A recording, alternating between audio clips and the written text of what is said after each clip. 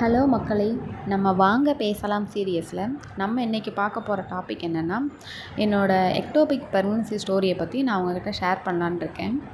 எனக்கு எப்போவுமே regular periods தான். ஐ மீன் 28லேருந்து 30 டேஸ்க்குள்ளே எனக்கு பீரியட்ஸ் வந்துடும்.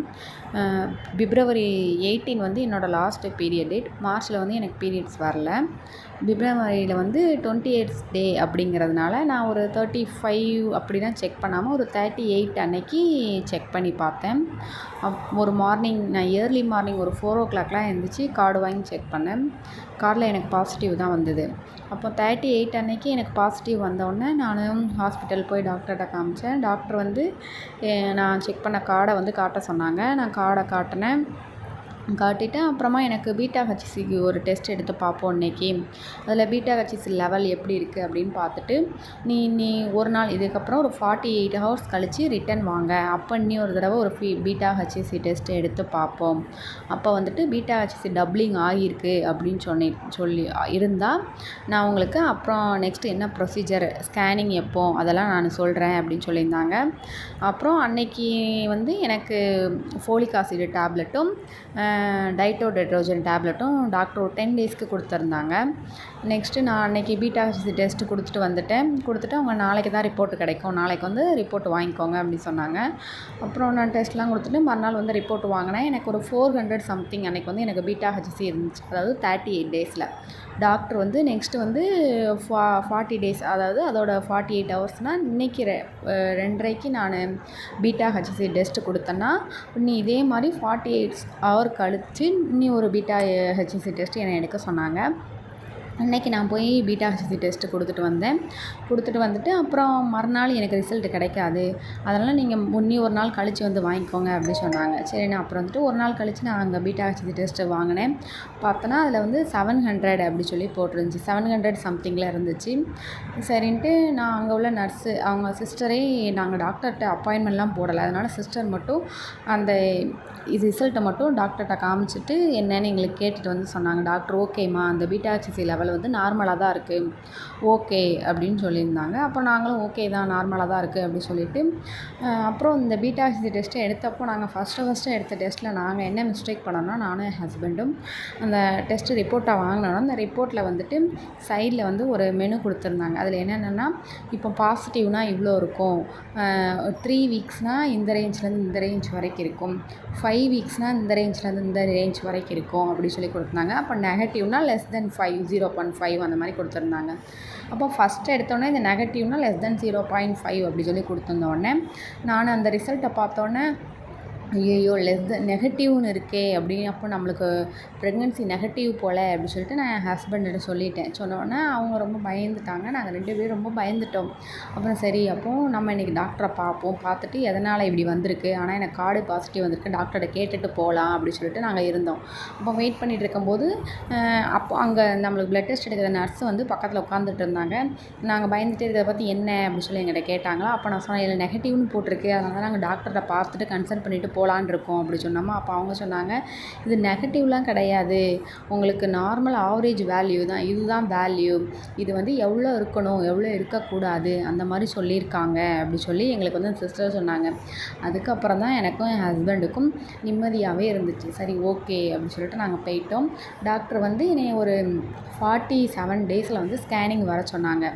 அதாவது எனக்கு 20 லாஸ்ட் பீரியட்ஸ் டேனா அந்த 20 அந்த 10 டேஸ் முடிஞ்சு 1 அப்புறம் 1ஆந்தேதி ஒரு பீட்டா ஹெச்சிசி டெஸ்ட் எடுத்தேன். அப்புறம் 38 அன்றைக்கி ஒரு பீட்டா ஹெச்சிசி டெஸ்ட் எடுத்தேன். அதிலிருந்து ஒரு 6ஆந்தேதி எனக்கு வந்து டாக்டர் வந்து ஸ்கேனிங் டேட் கொடுத்துருந்தாங்க. அப்புறம் 6ஆந்தேதி ஸ்கேனிங் டேட் கொடுத்தோன்னே அதுக்கு முந்தின நாள் 5ஆந்தேதி எனக்கு லைட்டாக ப்ளீடிங் இருந்துச்சு. 5ஆந்தேதி அப்போ லைட்டாக ப்ளீடிங் இருக்குது அப்படி சொல்லிவிட்டு நான் வந்து டாக்டர்கிட்ட அன்றைக்கி சண்டேனால் நான் ரெகுலராக செக்கப் பண்ணுறேன். கிளினிக் வந்து சண்டேயில் இருக்காதுன்ன உடனே என்ன பண்ணேன் எனக்கு தெரில. அப்புறம் நான் பக்கத்தில் இருக்கிற வேறு ஒரு ஹாஸ்பிட்டல் நம்ம போய் பார்ப்போம் சண்டேயில் இருக்கிற அன்னைக்கு அப்படி சொல்லிட்டு என் ஹஸ்பண்டு ஒர்க்குக்கு போயிட்டாங்க. நான் அர்ஜெண்ட்டாக வீட்டுக்கு வாங்க அப்படி சொல்லிட்டு பக்கத்தில் தான், அதனால் நான் உடனே வீட்டுக்கு வந்துட்டாங்க. வீட்டுக்கு வந்தோன்னே நாங்கள் பக்கத்தில் இருக்கிற ஹாஸ்பிட்டலில் போய் பார்க்குறோம். அன்றைக்கி சண்டேனால் அன்றைக்கும் கைனகாலஜிஸ்ட் அங்கே இல்லை அப்படி சொல்லிட்டாங்க. அப்புறம் எனக்கு என்ன பண்ணனே தெரில. அப்போ நான் ரெகுலராக பார்க்குற கிளினிக்கு வந்து அந்த நம்பர் இருக்கும்ல, அந்த ரிசல்ட்டில் வந்து அந்த நம்பர்லாம் இருந்துச்சு. அப்போ நான் அந்த நம்பருக்கு கால் பண்ணேன். நம்பருக்கு கால் பண்ணப்போ வேறு ஒருத்தங்க தான் எடுத்து பேசுனாங்க.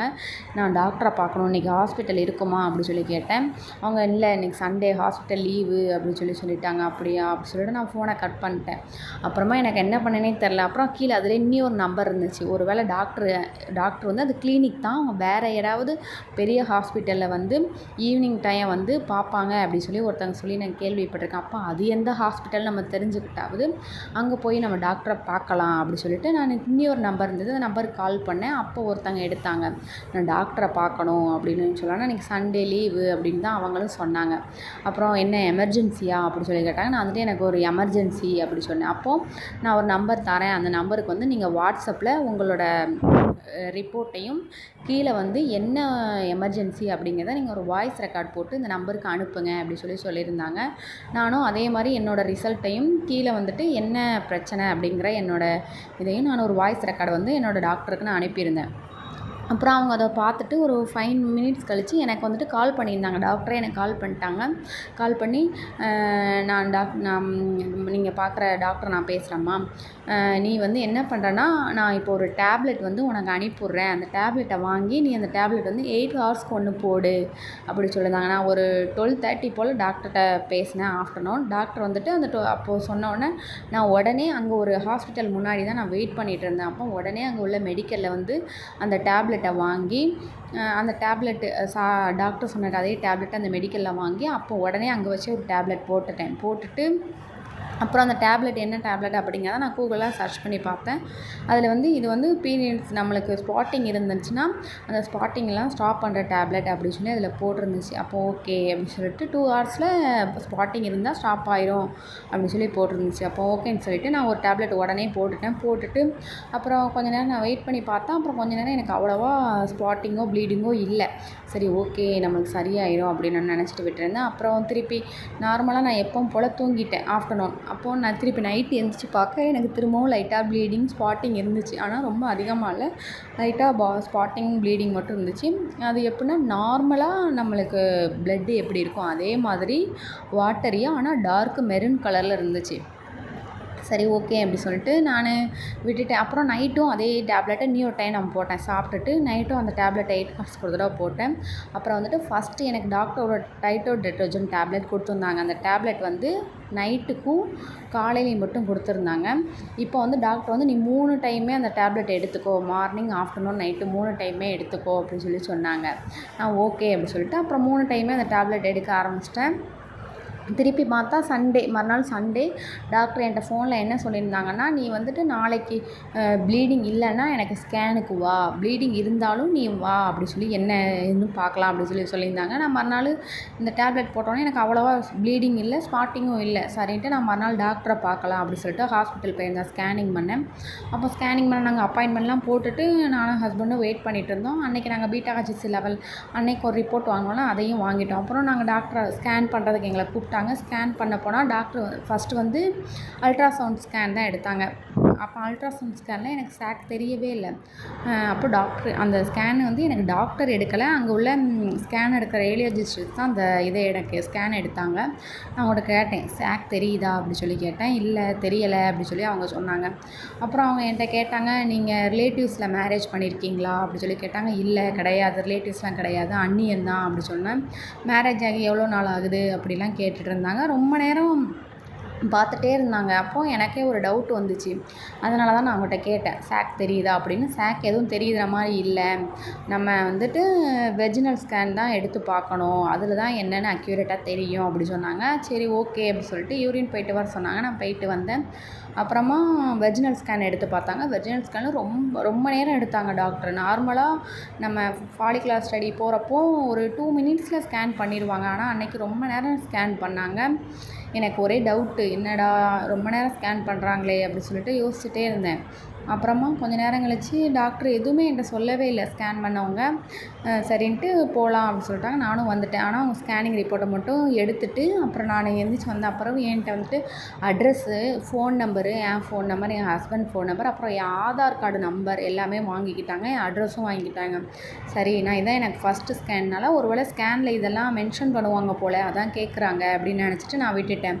அப்புறமா நாங்கள் ஸ்கேன் ரிப்போர்ட்லாம் டாக்டர்கிட்ட வந்துருமா, அங்கே வாங்கிக்கோங்க அப்படி சொல்லிட்டாங்க. நான் அப்புறம் டாக்டரை பார்க்குறதுக்காக வெயிட் பண்ணிகிட்டு இருந்தேன்.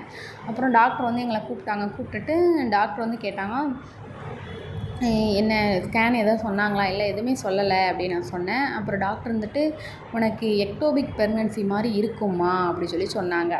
இதுக்கு வந்துட்டு மீதி டாப்பிக்கை நம்ம நாளைக்கு பார்ட் 2 வீடியோஸில் பார்க்கலாம்.